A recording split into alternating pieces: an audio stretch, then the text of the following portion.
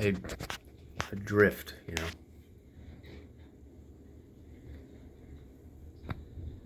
I drink in bars sometimes, but I don't talk.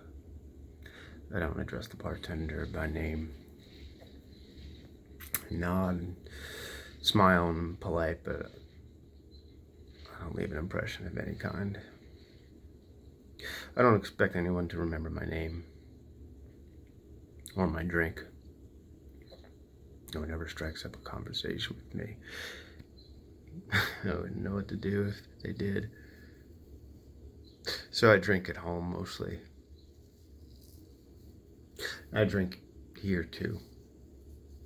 At Action Park or whatever it's going to be next.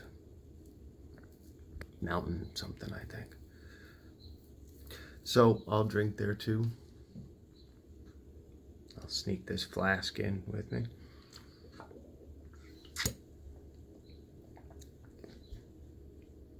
Flasks were a revelation. I tried to sneak 6-packs in. Got away with it once, got caught twice. They threatened to ban me, so I started drinking beforehand. Such a kid thing, you know.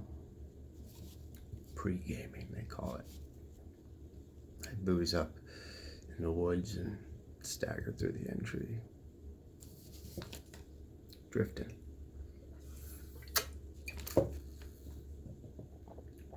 I drift through everything. I'm insubstantial. I am a ghost, so I come to a haunted place. A place that's half torn down. A place of wreckage. I come here to talk. To make myself known, to talk to wreckage, and expect the wreckage to give me comfort.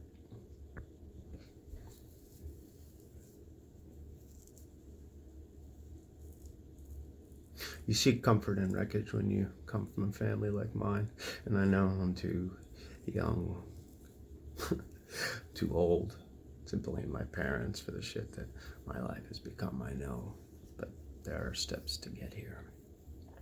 There are reasons. There are places where we begin.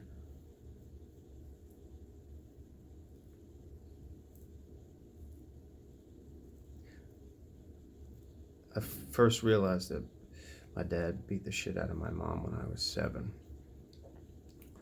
I knew I was next by the time I was 8, and by the time I was 9, I dreaded Friday night.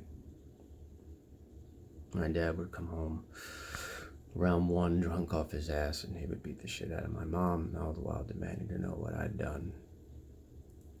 After an hour or so, getting slapped around, she'd tell him I missed homework, I didn't straighten up my room, I talked back, anything to shift the blame.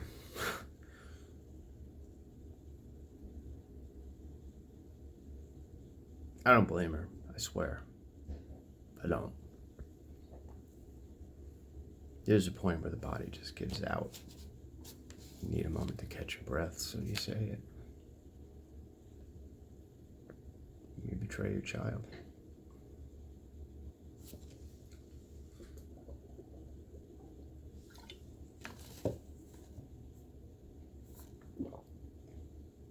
I wake up every fucking night at 1 a.m. I'm almost 40 years old. Still, I rocket up, shoot straight up out of bed, expecting a fist against my ear. Expect the ringing, expect the rush of blood.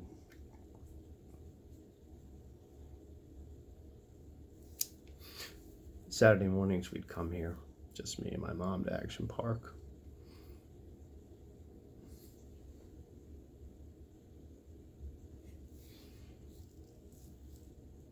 She'd never say she was sorry, but this is how she would show it.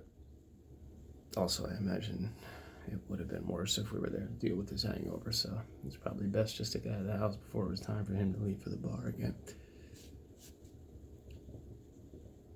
She'd sit on the bench While I went on rides, her long raincoat pulled tight against her.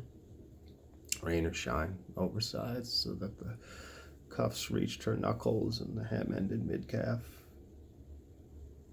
I'd come back from a water slide or something, and she'd be clutching an oversized Mountain Dew, sipping slowly and staring off into space. And I'd be wet and smiling, and when her eyes finally settled on me, she'd give me this lopsided grin and reach out to wipe the water from my cheek, and I'd flinch, and she'd lose her grin. Reflexes, natural states.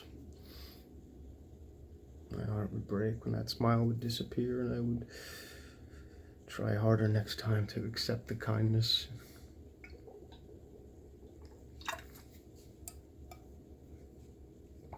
I wouldn't last. When confronted by the damage, you sigh and retreat. And it was the energy, the confidence to do anything more.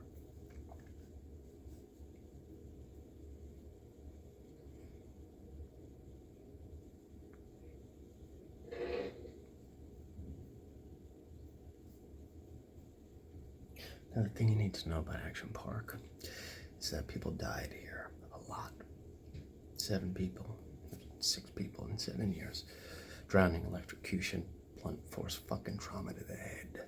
You name it.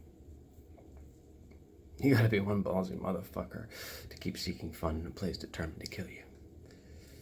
And there we were, me and my mom, every Saturday morning daring to do what my goddamn deadbeat of a father could never do. Finish the fucking job. I felt like young men were dying all around me. There I stood, looking for the ride meant for me, not a scratch on me. Not a scratch. 78 to 86, till I turned 16.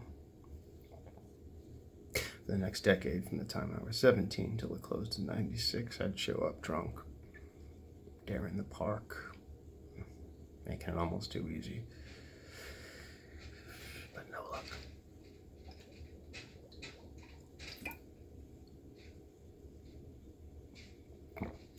There was a 6-month gap there between 16 and 17 when Mom got sick. Who the fuck was gonna look after her, right? Him. So, no Action Park on the weekends for a while. Then after she passed, I was back in full force, sometimes twice a week for the next 10 years, until they finally shut it down.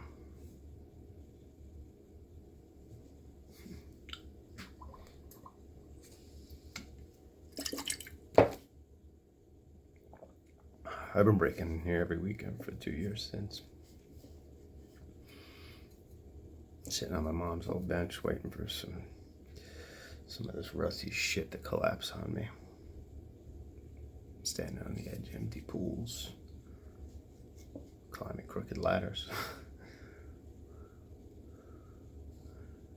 Like I said, you can find moments of kindness, moments of happiness, but you can't sustain them. The ride always ends. You always reach the bottom. You always reach the bottom of the slide, and then you gotta go get back online. Life don't justify the moment you're up there, arms raised, screaming yourself hoarse. You always gotta return to the beginning. Can't break the cycle or freeze time when you're on the upswing.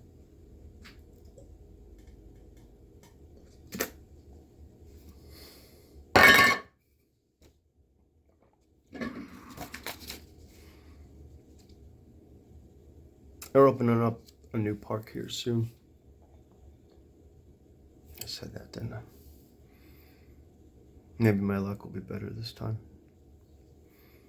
Maybe I'll hit that water and my last memory will be the rush and the splash. And when I see my mom again, I'll have that special kind of smile that won't disappear when she touches my cheek.